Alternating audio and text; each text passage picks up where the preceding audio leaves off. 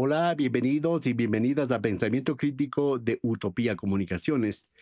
Este día vamos a seguir hablando de lo que nos tiene atrapado, que es la situación política, social, económica e institucional que vivimos los ecuatorianos frente a caprichos, frente a orgullos o no sé qué yo, de quienes ahora mismo nos gobiernan y que quiero que quieren perpetuarse en esta instancia del poder político y económico del Ecuador.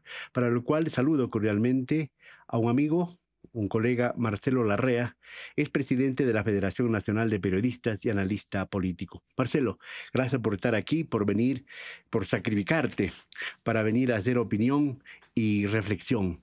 ¿Cómo caracterizamos, mi querido Marcelo, el momento político, institucional, democrático, social y económico que ahora mismo vivimos los ecuatorianos? ¿Cómo caracterizamos? El Ecuador es un país sui generis. No es accidental que Quito es luz de América. No es accidental que nuestra generación, insurrecciones pacíficas del pueblo ecuatoriano, depusieron sucesivamente a 3 gobiernos democráticamente electos en las urnas. No es accidental que en nuestra generación vimos la insurgencia del movimiento indígena. Un movimiento, los pueblos y nacionalidades originarios de nuestro continente, víctimas de una opresión secular extendida desde el proceso de colonización española, emergieron en una nueva etapa de su evolución histórica, con lo que fue la formación de la CONAIE en la década del 80, y a través de levantamientos que conmocionaron al país y cambiaron los elementos epistemológicos de las ciencias sociales del mundo entero, cuya trascendencia todavía no es evaluada por nuestros sociólogos y pensadores políticos. Y Porque generaron. eran ignorados, invisibilizados Claro, porque completamente. ahí había el concepto de que la sociedad simplemente se divide en clases, ¿no? Entonces los pueblos y nacionalidades originarios eran considerados como una clase social, no como naciones. Cuando ellos se insurreccionan y reivindican su derecho a sobrevivir, Concepto de nación y de a pueblo, ¿no? existir, Nación y pueblo. claro, revelan que las naciones existen y que las naciones tienen derecho a existir. Y ese es el elemento de cohesión de un movimiento social, como se habla en el lenguaje todavía común, un movimiento social que cambia los elementos epistemológicos de las ciencias sociales occidentales radicalmente. Marcelo, y ahora no podemos hablar solamente de la CONAIE como de militantes o integrantes indígenas, sino es un espectro grande, y eso se ha visto en los últimos tiempos, de la sociedad ecuatoriana. Bueno, es que nuestras. Urbano y rural, porque antes era solamente la percepción de lo rural. Sí, Ahora se ha expandido esa evidentemente idea. es que las raíces de nuestras naciones, no solamente en el Ecuador, son raíces milenarias, son raíces de pueblos originarios que datan de miles y miles y miles de años. En consecuencia, permean no solamente la ruralidad, sino también la urbanidad. Y tienes exponentes notables de originarios de los pueblos y nacionalidades del Ecuador en las distintas actividades de la vida de la sociedad ecuatoriana. Pero la trascendencia de ese movimiento es espectacular, ¿no? En la generación nuestra, nosotros vivimos más de 22 huelgas generales. Algunas de los trabajadores, algunas de ellas capaces de cambiar toda la historia. Si no hubiese sido por la ceguera de la burocracia sindical y de la vieja izquierda, Ecuador habría protagonizado una revolución obrera de grandes magnitudes en la década del 80. Pero lamentablemente eso es lo que hemos vivido. Pero entonces el Ecuador sigue siendo luz de América, sigue siendo la esperanza del continente. Y el Quito Luz de América no solamente cambió la historia de Quito, que lamentablemente la desaparecieron a la nación milenaria con la formación de la República del Ecuador, sino que sigue siendo una inspiración para que la humanidad avance hacia su humanización y supere estos procesos perversos de deshumanización que en el siglo XX les llevaron a 2 guerras mundiales y que ahora han puesto al mundo al borde de una tercera guerra nuclear. Marcelo, pero también despertó lo que ha sido la hipocresía, la mojigatería de muchos sectores. Y vos, en los levantamientos, sobre todo de octubre del 19 y de junio del 22, aparecieron los pura sangre, aparecieron esas castas, Y ahora dice que no pueden ingresar los indígenas, los campesinos a Quito, porque serán reprimidos. ¿A qué Bueno, lectura le damos a eso? hay temas que tienen una cierta complejidad, ¿no? No Racismo, nos clasismo, olvidemos discriminación. no nos olvidemos que la insurrección que condujo a la deposición de Maguad en enero del 2000, la más importante de toda la historia del movimiento indígena de las últimas 5 o 6 décadas, donde la CONAIE fue el vector que organizó el Parlamento Nacional de los Pueblos del Ecuador, articuló a la mayoría absoluta de la población ecuatoriana. Y ese movimiento generó la deposición del gobierno de Maguad. No hubo ningún incidente violento. No hubo ningún incidente violento. Maguad abandonó el Palacio de Gobierno y no hubo ningún incidente O sea, violento. no hubo infiltrados o no hubo muchos. No hubo infiltrados o si hubo infiltrados fueron controlados e impidieron que desmanes de esta naturaleza pudiesen ocasionarse. Y la CONAIE mostró su extraordinaria capacidad como un eje de acumulación de fuerzas, de reagrupamiento de fuerzas de tal magnitud que se llevó adelante el cese de los 3 poderes del Estado. No, estos son acontecimientos únicos en la historia del Y mundo. esa capacidad de convocatoria, ¿no? Claro, y son acontecimientos únicos en la historia del mundo, cosa que no lo vemos los ecuatorianos. Que los ecuatorianos estamos convencidos que somos bastante idiotas y no somos tan idiotas como lo creemos. Tanto que, por eso me refería en la respuesta a tu pregunta, tenemos que evaluar el significado de la evolución de la vida política de nuestro país desde su perspectiva histórica. La revolución de 1809 sacudió el mundo entero. La independencia de América cambió la historia no de Quito ni del Ecuador, quería decir esto, sino del mundo. El mundo cambió radicalmente a través de la independencia de América. Si no hubiese ocurrido esa independencia de América, la hegemonía británica no habría emergido en el planeta en el siglo XIX.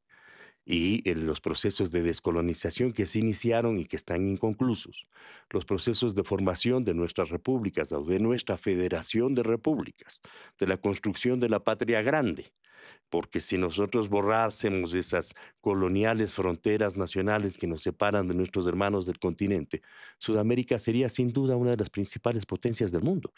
Esas barreras son y aparecieron así, oligárquicas, burguesas, hacendatarias, y de todo ese linaje se generaron las barreras y los mapas llenos de líneas y llenos de fronteras, ¿no? Y de los intereses coloniales, ¿no? Ya lo dijo el informe de Quincy Adams, que era secretario de Estado, llegó a ser secretario de Estado y presidente de Estados Unidos. Él sostuvo a inicios de la década de 1820 que si Colombia, la Colombia de Bolívar, la Colombia que incorporaba a Venezuela, lo que hoy es Colombia, Ecuador, lo que hoy es Ecuador, Quito y Panamá, si esa Colombia se mantenía unida, iba a ser una de las grandes potencias del mundo. Ya lo dijo el informe oficial de quien estudió para el Departamento de Estado en 1820 esta percepción. Y ese es uno de los insumos de la creación de la doctrina Monroe, cuando ellos plantean que América es para los americanos, es decir, para los estadounidenses, no para los americanos Que ahora realmente. lo está desempolvando el señor Trump, ¿no? Con toda esa caracterización que tiene. Con esos antecedentes, Marcelo, vale la pena ir ubicando históricamente, haciendo memoria, porque quizá esto nos falta a los ecuatorianos, nos falta a los seres humanos, conocer nuestra historia, nuestro pasado, y no creer que comenzamos ayer o antier. Somos milenarios, y esos sueños libertarios, de libertad, de justicia, de soberanía, no es un criterio trasnochado, sino una máxima de los ecuatorianos de ahora y del pasado. Marcelo, con esos antecedentes, bueno, el señor Noboa, que nos impone agendas diarias o semanales para distraernos, para olvidarnos de un día a otro, nos pone un montón de discusiones.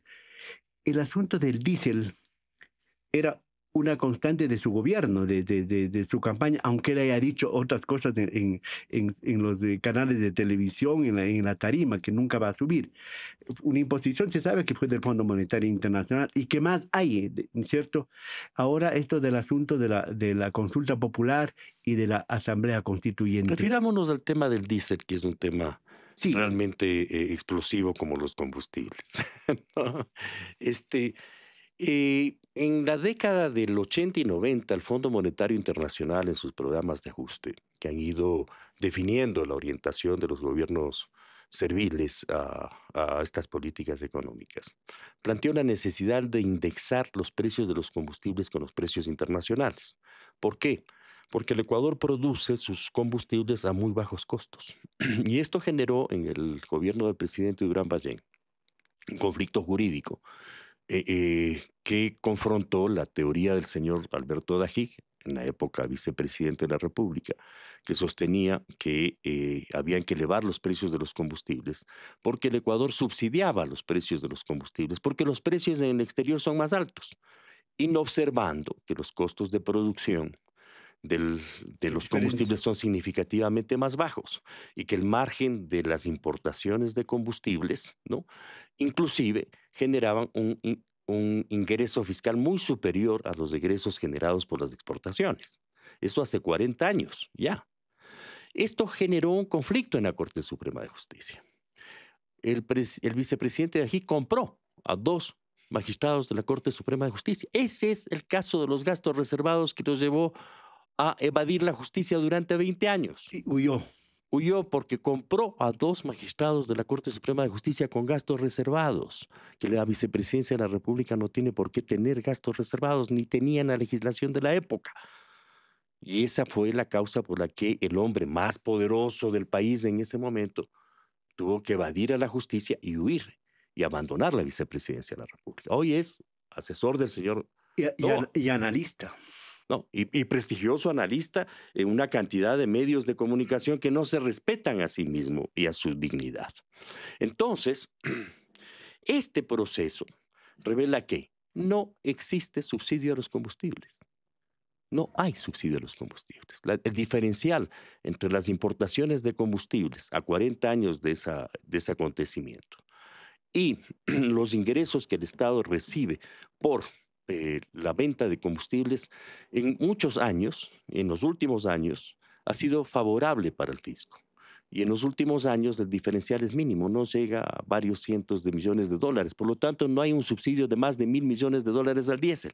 Eso es una gran falacia. Pero la idea era siempre favorecer a los importadores de combustible. Hay 2 etapas aquí. La primera era favorecer el incremento de los ingresos fiscales para que los excedentes fiscales puedan financiar el oneroso pago de la deuda externa que nadie sabe siempre en qué la se deuda invertir. está de por medio, ¿no? Claro, porque son los intereses de los grandes tenedores, vale decir, del gran sistema de corrupción en el cual descansa la deuda externa. Algunos de esos ecuatorianos.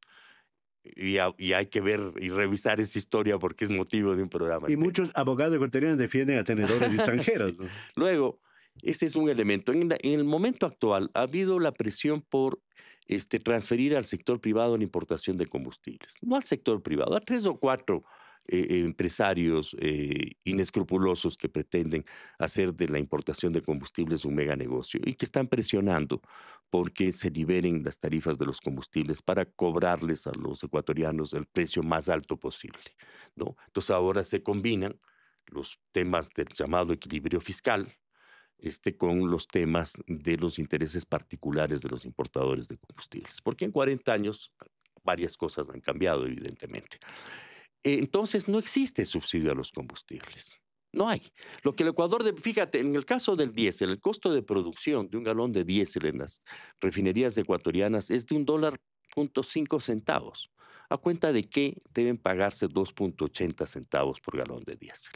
Esa es una pregunta obvia que hay que hacerle a todos los Marcelo, y esto no solamente lo dices tú, yo lo he oído a muchos expertos, a muchos técnicos, incluso de Petroecuador, que sostienen ese criterio, ¿verdad? Porque esa es la verdad. Sí. O sea, cualquiera que examine las cifras va a encontrar que esa es la verdad. Los costos altos de la importación de combustibles favorecen a empresas transnacionales que se encargan de la provisión de combustibles a la economía del país. Cuando lo lógico es, y esto hay que preguntarle a todos los ecuatorianos, sin discriminación de ninguna naturaleza, ni para arriba ni para abajo, ¿cómo resolvemos este problema? Incrementando la producción de combustibles por nuestras refinerías. Si nosotros podemos producir a $1 el diésel, ¿por qué tenemos que pagar $2.50 dólares por galón de diésel importado. Si tenemos además del mercado. Repotenciar nuestras refinerías. Claro, fortalecer nuestras refinerías. Se trató de hacer en el gobierno del señor Correa y la transformaron en una gran corrupción. La corrupción de la repotenciación de la refinería de Esmeraldas, la corrupción de la refinería del Aromo. ¿Para qué? Para proteger estos mismos intereses que son lesivos al fortalecimiento del aparato productivo ecuatoriano. Y si retrocedemos un poco más al inicio de la exportación del Ecuador en los años 70, en tiempo de Rodríguez Lara, que se hablaba de sembrar el petróleo en el campo e industrializar para nosotros tener nuestros propios combustibles. Pero eso nunca se hizo porque había intereses de por medio, ¿no? Bueno, ahí hay varias cosas, ¿no? No fue la dictadura del señor Rodríguez Lara de muy triste recordación. Fueron las políticas petroleras que se fueron elaborando en el periodo precedente, que ya plantearon la creación de una corporación estatal petrolera ecuatoriana, que plantearon la necesidad de que el Ecuador refine e industrialice su petróleo, que no sea exportador de materias primas, de petróleo crudo, sino de derivados, ¿no? Esos son temas que se discutieron en la década del 60 y que el gobierno de Rodríguez Lara tuvo que acogerlos porque es un clamor de la nación, porque el petróleo es de los ecuatorianos y debe servir a los ecuatorianos. ¿Cómo nosotros distribuyamos esa renta? Ahí es problema nuestro, pero no tenemos por qué existir como nación para pagar el servicio de la deuda externa ni para regalar nuestro petróleo, nuestras minas, nuestro oro, nuestra plata con una obsesión de que nos saqueen a la República que carece completamente de sentido, que es lo que ha caracterizado este periodo de la historia. Marcelo, vamos avanzando. El gobierno, para eliminar los subsidios al diésel, igual lo hizo con el asunto de las gasolinas, que ahora son precios internacionales ya las gasolinas, tanto la ISRA como la Ecopaís. Tenía algunos pretextos. Uno que va a los ricos, uno que va al narcotráfico, uno que va al contrabando, uno que se escapa por las fronteras. Pero ¿quién cuida las fronteras? ¿Quién debe controlar todo eso? Los mismos sectores que se quejan de que se fuga eso. Y ahora el gobierno lo que le hace es echarle fósforo, ¿sí?, a ese diésel para que se incendie. ¿Haciendo qué? Llamando a una consulta popular, buscando por todos los medios, pasándose por alto, por las galletas, la Constitución de la República para que haya una nueva constitución, una asamblea constituyente que redacte una nueva constitución. ¿A dónde apunta entonces Noboa pensando ya así? ¿Qué es lo que quiere?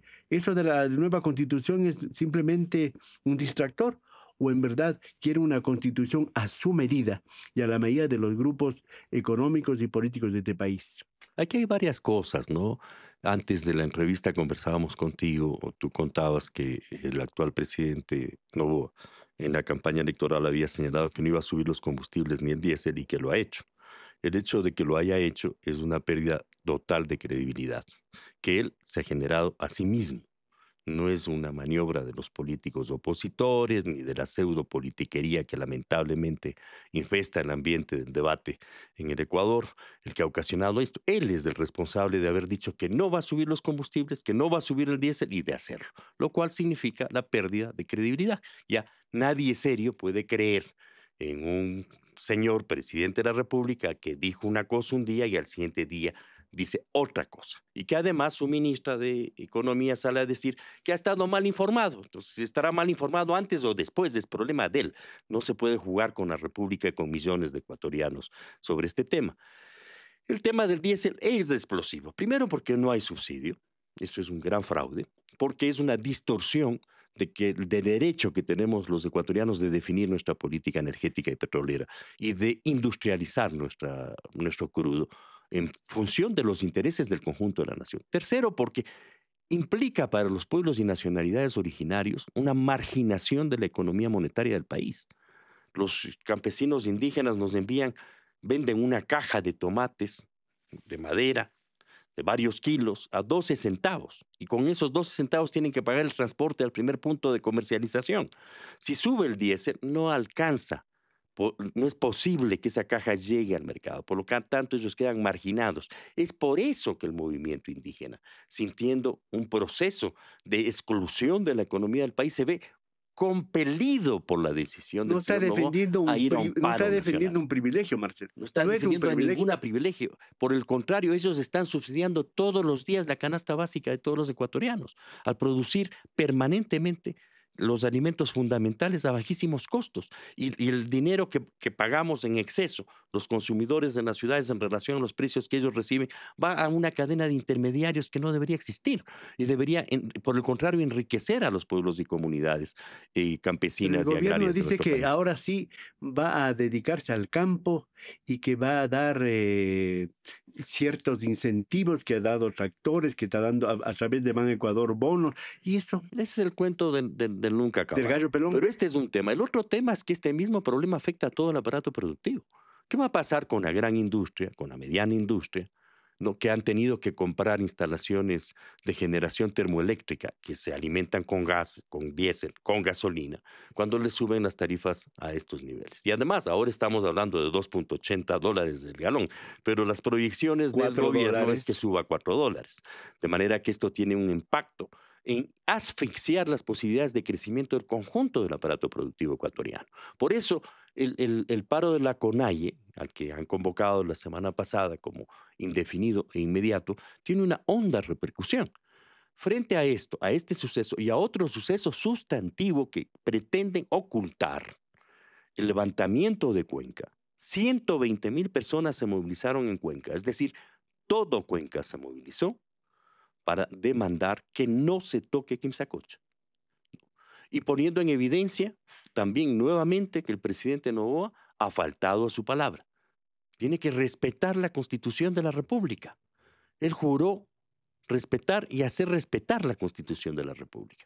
El pueblo de la Suay y de Cuenca se pronunció sucesivamente en consultas populares repudiando la explotación minera de Quimsacocha, que es como una convocatoria que la hizo el señor Correa a que vengan, que se lleven el oro de Quimsacocha, no sacrificando el agua de la población de Cuenca. Y ahora el señor Noboa sigue el mismo guión y continúa pretendiendo explotar Quimsacocha, lo cual es absolutamente inadmisible. Pero este es un punto de inflexión que ha dejado trizada la legitimidad política del gobierno del presidente Noboa. Está completamente trizada, no solo porque las leyes inconstitucionales aprobadas por su mayoría legislativa en la Asamblea Nacional violentan derechos fundamentales, como el derecho a la intimidad, como el derecho a la reserva de la correspondencia, ¿no? Pretendiendo que bajo cualquier argumento que no está fundamentado ni sancionado por un juez correspondiente puedan intervenir la correspondencia que ahora se ejecuta con medios digitales de cualquier ciudadano, violentando derechos esenciales del ser humano y violando todos los protocolos de derechos humanos universales, desde la Declaración Universal de los Derechos Humanos hasta la Constitución de la República y la evolución de los derechos humanos en el país. En ese contexto, plantear una constituyente, ¿para qué? Será una diluyente más que una constituyente. Un proceso constituyente para destrozar los derechos democráticos del pueblo ecuatoriano. Carece absolutamente de sentido. Marcelo, con todo lo que tú dices, con todo lo que la gente dice, el gobierno tiene sus voceros, tiene sus defensores y a ratos hasta increíbles que en otro momento pensaban de diferente manera. Tiene voceros mediáticos, empresariales, académicos y de otra índole. ¿Crees que el gobierno pueda sostener ese discurso y esa amenaza? Porque él anda amenazando. 30 años de cárcel al que salga a manifestarse. Sí, Es imposible, ¿no? Es absolutamente imposible. El pueblo ecuatoriano, lamentablemente para quienes pretenden degollarlo, existe. En consecuencia, este tipo de acciones constituyen una provocación al conjunto de la sociedad ecuatoriana. Ya lo de Cuenca es una campanada que debe ser seguida por el conjunto del pueblo ecuatoriano. No solamente es la defensa del derecho al agua, es la defensa del derecho a la vida. Pensar en un proceso constituyente en estas circunstancias cuando el gobierno está de bajada y debería observar también la ley de la gravedad, cuando se está de bajada no se está de subida, ¿no? Es enfrentarse a una consulta popular donde las posibilidades de que la mayoría de electores le digan no, no a las preguntas que hace que carecen de sentido, como esta de las bases militares, por ejemplo. O sea, ya llamen a la disolución de las Fuerzas Armadas y liquiden la soberanía territorial del país. No solamente se trata de bases militares extranjeras en territorio ecuatoriano, de muy triste recordación a lo largo de la historia. No nos olvidemos que Estados Unidos ocupó Galápagos y ocupó Salinas simultáneamente cuando Perú invadió el territorio ecuatoriano y Estados Unidos presionó al Ecuador para que firme el protocolo de Río de Janeiro y permita la mutilación de más de 250.000 kilómetros cuadrados de territorio continental. No nos olvidemos de eso. Esos son los antecedentes de las bases militares extranjeras en nuestro país. Y además, en esta pregunta se incluye que las Fuerzas Armadas ecuatorianas cedan sus instalaciones militares a fuerzas extranjeras. Podemos cederlas a Perú, a Colombia, a Estados Unidos, a China, a Rusia, a Francia, a Alemania. ¿A quién? Es una agresión gravísima a la soberanía de la República. Y hay que esperar que los soldados ecuatorianos se pongan de pie, que no sean cobardes. Marcelo, entonces podemos con eso decir, sin riesgo a que nos juzguen, que estamos en la antesala de una dictadura, tal vez. Bueno, es evidente con las leyes que ha propuesto el presidente Novoa, que han sido aprobadas por la Asamblea Nacional, que él se conduce hacia un régimen autoritario, es un ejercicio absolutista del poder.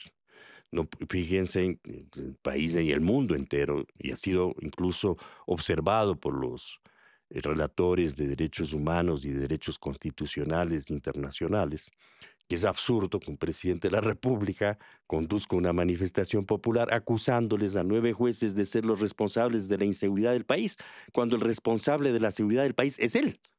Y los 9 jueces no tienen ni policía, ni fuerzas armadas, ni ningún instrumento ejecutivo para garantizar la seguridad de nadie. Tienen la obligación, sí, de garantizar la seguridad jurídica de la República. Este es un despropósito absoluto. Estamos en un nivel de enajenación sin precedentes en la historia de la República. Marcelo, vamos terminando y no podemos dejar de hablar como lo que somos periodistas. Somos periodistas, somos comunicadores. ¿Cómo ves el papel de los medios de comunicación, de los periodistas, de las redes sociales que crean relatos falsos y perversos en muchos casos? ¿Cómo le ves tú esa dinámica de los medios de Esa comunicación? es una forma de dar las espaldas a la ética periodística. El periodismo es fascinante precisamente porque trabaja en el descubrimiento de la verdad, en la reflexión colectiva sobre los hechos, en la comprensión de la evolución de la humanidad. En ese sentido, el periodismo es un instrumento colectivo, un cerebro colectivo de una sociedad.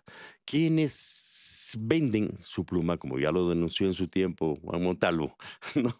Quienes hacen de su pluma una cuchara o quienes se prestan a estas redes de troles en las redes sociales para infestar la sociedad con falacias, no merecen llamarse periodistas ni medios de comunicación. Serán medios de desinformación, serán agentes de intereses perversos que lesionan la verdad. El trabajo de los periodistas es develar la verdad, por difícil que sea, por compleja que sea, por crítica que sea con uno mismo y con las ideas que uno tiene, ¿no? Esa es la tarea de un periodista auténtico.